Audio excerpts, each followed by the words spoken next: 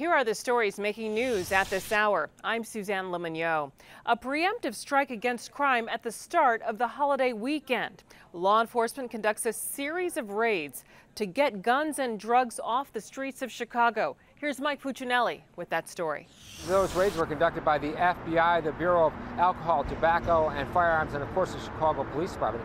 And as of 4 o'clock this morning, they say they led to more than 70 arrests.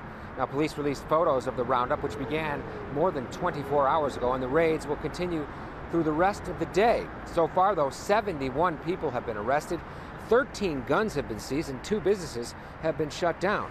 Now, one was a daycare that police say was actually being used as a stash house for illegal weapons. Police say 4 guns were seized there, along with a large amount of ammunition. In the 900 block of West 31st Street, police shut down this business. So far, police haven't said exactly what led them to shutter this convenience store, but this neighbor who didn't want to reveal her identity was glad the police department took action. Well, I'm just happy that the police are taking actions because we want this neighborhood to be safe and continue to be safe. This has been a good neighborhood for us to be living in. With the Memorial Day weekend kicking off, we wanted to send a strong and clear message that we just won't tolerate that kind of behavior. We cannot have our kids have their childhood stolen from them. As we think about the beginning of summer, it cannot be met with anxiety. It cannot be met with apprehension. It should be met with anticipation and exhilaration. The mayor and the city's top cop were here at the 2nd District to celebrate the opening of the latest Strategic Decision Support Center.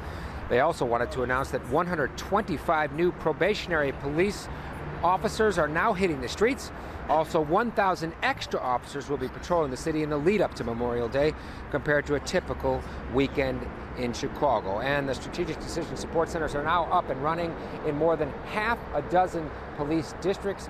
And according to officials and police, they say once these technology-laden centers open up, they say typically they've seen year-over-year crime drop by more than 20%. Now here's Megan Glaros with your forecast.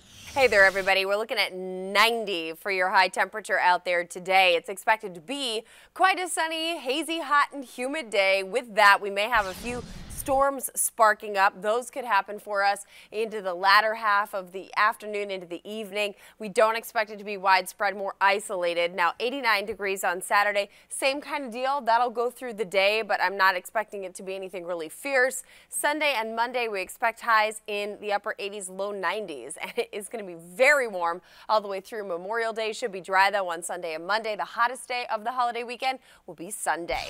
Have a happy and wonderful Memorial Day, everyone. And enjoy yourselves. Be careful and try to stay hydrated. Use the sunblock because it's going to be hot.